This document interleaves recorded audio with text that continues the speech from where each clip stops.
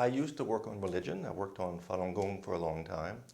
And when working on Falun Gong, I discovered a book in Chinese on Falun Gong written by an intellectual named Kang Xiaoguang. And what was interesting about it was that it was interesting. Everything else in Chinese about Falun Gong was pure condemnation or pure embrace. It was polemical from the beginning. But he wrote a very interesting analysis in which he said the problem was that the religious market in China was not really functional, so it produced bad product. And the Chinese state should allow for real religions to work in China so that it winds up with better product. And I found this really interesting, so I read more of what he wrote. And without going into great detail, he became ultimately one of the leaders of the new Confucian movement in China in the 2000s. But I followed his transformation over time, and what impressed me was that he was an intellectual writing in Chinese in ways that were very persuasive, even outside of the Chinese context. It was stuff we should know as people who care about China, care about the world, and that was a real awakening to me. I didn't know before that this really existed in China. Later on, I found other people who were even better. But I mean, what I liked about Kang Xiaoguang, I didn't agree with his ideas necessarily, but he argued very, very well. He argued outside of official discourse. He was arguing to the world somehow, not just to his colleagues or inside of China. Later on, I discovered other people, for instance, through my friend Timothy Cheek, who was involved in our project. I came to know Xu Jilin, who was a historian of modern Chinese intellectual history, and also a commentator on the contemporary intellectual scene. I came to know him at a conference in Vancouver 7 years ago, maybe. He gave me his book, which is what you do if you're a Chinese scholar. We give scotch or wine, Chinese give books. And I was flying back to Montreal, where I live, from Vancouver. Canada is a strangely large country, so it takes 5 hours. I had nothing to read, so I pulled his book out and thought this will put me back to sleep. But as in the case with Kang Xiaoguang, it was just brilliant. It was something about the May 4th period, a rewriting of the history of the May 4th period. It was clear in terms of style. It was elegant in terms of his writing ability. He had new things to say. And again, he was writing for a world audience. I mean, obviously he was writing for Chinese because he was writing in Chinese, but it was not narrow, cramped sort of stuff that was conceived just for an academic market. Or if China was ready for that, then I was amazed that that existed in China. This sphere where you could say things. It was independent, is what it was. It was not driven by the party line. It was not narrow in scope. It was big. So the insight I had, flying over the prairies, whenever that was this is something we should know about. That China is becoming important on the world stage. It's retaking its position at the center of the world. 中国, the word in Chinese means the central empire. We don't know what China thinks. Of course, there are limits on free speech in China. Of course, you don't want to be labeled a dissident, because once you're labeled a dissident, you lose your influence. It's true that our tradition of speaking truth to power, that's how we see ourselves. Our self-image as Western intellectuals is that we grab somebody by the throat and we speak truth to them. China, you don't do that. In China, you try to whisper into the ear of the emperor. But before you get there, there's a whole body of debate, discussion, exchange, etc., that's been alive in China since the Reform era. So that's when I had that idea, and I said, if I didn't know that was happening in China, and I've been studying Chinese history for the last 30 years, it's probably true that not many other people know that. So we should know that. So I thought someone should do this, and like Falun Gong, in a few minutes I said, maybe I'll do this. We've worked on a body of intellectuals and a body of thought defined largely by the period from 2000 roughly up to the present day. 2000 because that's about the time that the idea of China's rise came to take hold both in China and the West.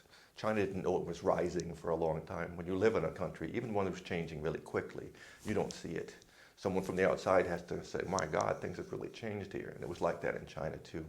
But over the course of the decade of the 2000s, and especially as the West had serious troubles, the financial disaster of 2008, various elections we've had in England and the United States, Europe has had its problems with refugees, things have not functioned very well.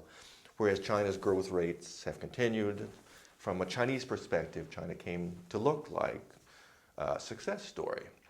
In the intellectual world, this meant that the general posture, I would say, changed from one of sort of defensiveness and pessimism, which had characterized the previous period, to one of optimism and even chauvinism in some cases. There's a lot of nationalistic bluster produced by the China rise. But in terms of the things that interested me during this period, which was relatively open, establishment intellectuals, by which I mean people who work within the system, trying to make it better, trying to get their ideas into the public sphere in the hopes to get the emperor's ear at some point, could say a lot of things. The space to experiment was very wide. And what developed over the course of the 2000s and part of the 2010s was a really pluralistic environment in China, where you had people saying amazing things, I thought. And what they were trying to do was rethink the basic mythology, the basic myths, the founding myths of modern and contemporary China. The story they were telling themselves was pretty much this one. We have succeeded now. China is on the road to success. We're leaving behind a century of revolution, violence, and disruption that was immensely painful and costly. We don't want to do that anymore. We're not going to valorize that anymore. We're moving forward. To do that in a country like China, which is very conscious of its history and where ideas matter a lot, I think, you have to rethink the way you told your story before. They were trying to think of another way to tell China's story in a more positive fashion, which would be good for China and good for the world. And what we have tried to do is to identify texts that help us to understand the variety. It became very pluralistic, China did during this period, without pluralism being embraced as a value. But things just, I think from Xi Jinping's point of view, things got out of control. People could say anything. And this was also the period where internet came to be a real force in China, where the whole publishing industry became something very different from what it used to be. I mean, the publishing industry used to be completely controlled by the party, and they largely lost that control for various reasons. Same thing with magazines. TV remains pretty much, I think, under the control of the state. But with the internet and the equivalence of YouTube, they don't have YouTube, but they have things like it, you can get your ideas out there. Eventually the state caught up, and it got harder to get your ideas out there. But for a good 10 or 15 years, it was kind of a paradise for intellectuals. And lots of them went on the internet too. My friend Zhu Jilin had 600,000 followers on his blog at a certain point. Can you imagine 600,000 followers? Of course, it is China, so there's lots of people there, but still, he's an historian. I can't imagine anybody in the West having anything like that kind of following. So that's what we're trying to do. We identify these texts, and I want them to be available to the general public. So I put together a website called Reading the China Dream website.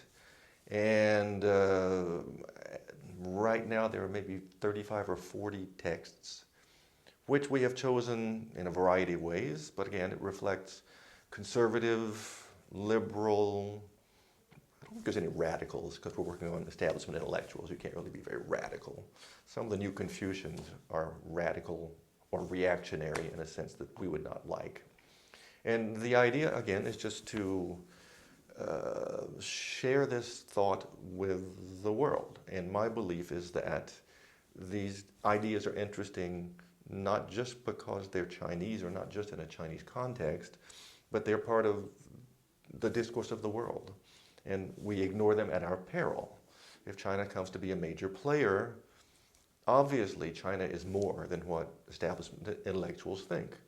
But what establishment intellectuals think matter in a lot of places. So my goal has been to try to present the equivalent of the New York Review of Books or the Times Literary Supplement. It's not activist scholarship. I'm trying to show what these people, how these people view China and the world. And I should add that these people know a lot about the world. They know much more about us than we know about them.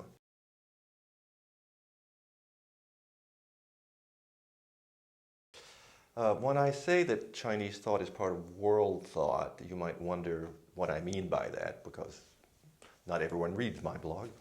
Um, it's complicated. In some instances, when I think of the liberals in China, they are trying to use Western thought to fight back against what the Chinese state is doing. They're trying to build arguments out of world theory and world history, saying, beware what happened to Japan and what happened to Germany when they let state power get out of control. So these are arguments that are part of world thought, but they're not going to convince us really of anything. They're still using us to try to make arguments for a better China than the one they're currently living in. Others, however, are using Western theory combined with Chinese theory to try to reconceptualize what democracy might mean. Thinking of Wang Xiaoguang, who's a New Left scholar, and wrote, he's a very good political scientist. He worked at Yale for some years, so he got tenure, I think. So he worked the system in the West. He knows how, and his arguments, I don't agree with them, but they're good arguments. He has an argument that there are two kinds of democracy. One is representative democracy, which we practice in the West, which means we vote for someone who represents us. And then there's responsive democracy, which he says exists in China, which goes directly to the needs of the population and tries to find solutions to those needs. And this can be a really silly argument where you just criticize the worst parts of the system you don't like and praise the best parts of the system that you do like, which he sort of does. But he develops it in like a 50-page text, which is on our website. And I think we should take him seriously. You cannot watch how the United States functions these days without wondering whether we are getting democracy for our investment. Is that really what we want to be happening? This doesn't mean we have to adopt the Chinese system, but I think we have to engage with what he says. He's a good example of a whole current of New Left writing, which we can find examples of in the West. They're usually not prominent or as prominent as he is. That's one example. There's another example. Zhang Shigong is a professor of law at Beijing University, and I think he wants to be a major spokesman for the regime. I don't know to what extent he really is. But he wrote a piece about Xi Jinping thought that came out last year, which was very clearly a response to a lot of the pluralism that had emerged over the course of the period I've been talking about that I work on, where he sought to engage with the various currents of thought that were going in liberal directions or in new Confucian directions and get them back within the larger school of Xi Jinping thought, which he defines as the ultimate version of socialism with Chinese characteristics. So he has a vision which says, essentially, the American liberal model has failed. The Soviet communist model has failed. If you look at our economic growth rates, if you look at the general satisfaction our population feels for our government, we look to be doing pretty well. And he goes on to develop a complex theory of what socialism with Chinese characteristics actually means, which involves a redefinition of communism, which englobes part of Confucianism. And I'm making it sound confusing and complicated. It is complicated, but if you read through it, it's not bad at all. I disagree completely with what he says, but it's an argument that has merits. Now, no one in the United States or France will read this and say, oh yes, that's what we're going to do. But ideas come from places and ideas follow money. If China gets rich and powerful, these ideas will become part of discourse in Africa or in Latin America perhaps. And this is what I mean about there being world ideas. In terms of technology, we thought for a long time that the internet was going to let Chinese intellectuals just basically do whatever they wanted to. No one can control the internet, we said. Well, we were wrong. The Chinese can control the internet pretty well. One of the things they did, which is quite representative of their general strategy, there used to be a vibrant blogosphere in China. It's called Weibo in Chinese. And everybody who was anybody had their website, and everyone could go on it and read, so people could get hundreds of thousands of followers if they were good. Well, that created, it has the same effect as Facebook does here. It divides the population, you build fan bases, no one reads the news because they just read that. And the Chinese government decided, we don't want that. We don't want the Facebook effect. So they largely shut down anybody who was important in the blogosphere. Progressively, it wasn't overnight. And they didn't shut it down completely. They moved them toward a smaller space, which is sort of the equivalent of, let's not Twitter, I don't know how, Weixin or WhatsApp. So you can build smaller communities of followers, but it's more surveyed, it's easier for the state to survey, and the scale of it is just smaller. So what they did was move people out of arenas, which the web was, and into much smaller classrooms or more easily controllable stuff. There are also more direct means of suppression. The entire anti-corruption campaign was designed just to make people stop and think. China has had so much money in universities everywhere over the past 15 years that it's almost impossible not to have done something corrupt. You know, you take a free trip to Paris, you take money for your kids. It's not really corruption. It's just sort of, unless they decide they want to say you're corrupt. So everyone's really scared. And they've shut down websites, they've shut down newspapers, they've shut down journals. So it's getting much harder, it's become much harder for the intellectuals to continue to debate in the same open, free way that they were doing before.